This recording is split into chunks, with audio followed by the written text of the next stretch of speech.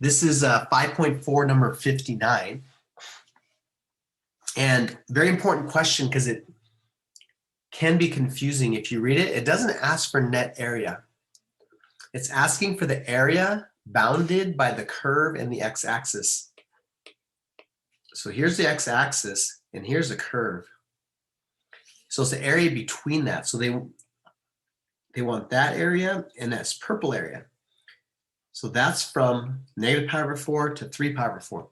They want that area. That is different from net area. If they ask for net area, it would be the area above that minus that piece. You subtract it. That's net area. You need to know the difference between net area and area. So the area bounded, you're going to add that area plus that area. So in order to do that, you're going to have to break this integral into two parts. You're going to have to go from negative pi over 4 to 0. Now, if this integral here is going to come out negative, because the integral finds net area. And since it's below the x-axis, it's going to come out negative. So how do you make something negative positive? You put a minus in front, and that will turn our negative into a positive. And then I want to add this area. How do I find that area? I integrate from 0 to 3 pi over 4. That will give me the net area, but since it's all above, it'll be positive, of sine x dx. So this will be the total area enclosed by those regions. All right. This one here, let me encircle this. This would give me net area. This down here is total area,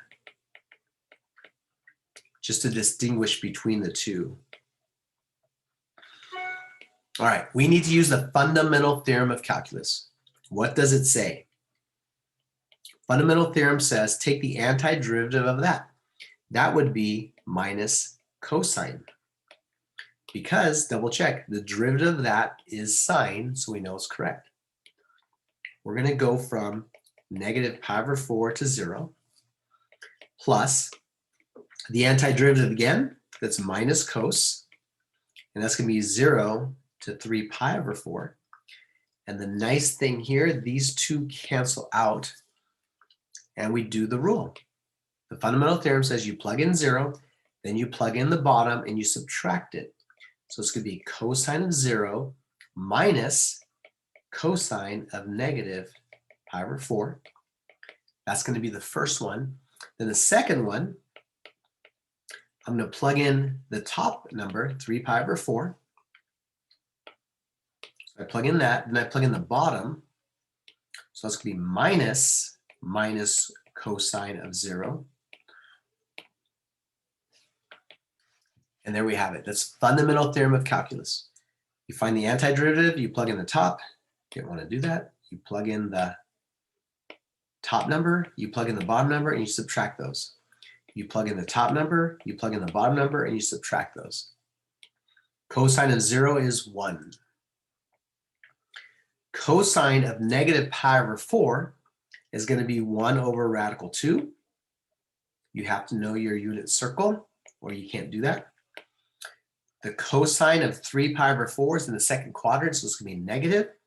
So it's going to be negative 1 over radical 2, or radical 2 over 2, same thing. These two minuses are going to make a plus, and the cosine of 0 is 1. So what do we have? 1 minus 1 over radical 2. These two minuses are going to make a plus. So that's going to be plus 1 over radical 2 plus 1. These are going to cancel. And so our final answer will be 2. And that's how you do that one.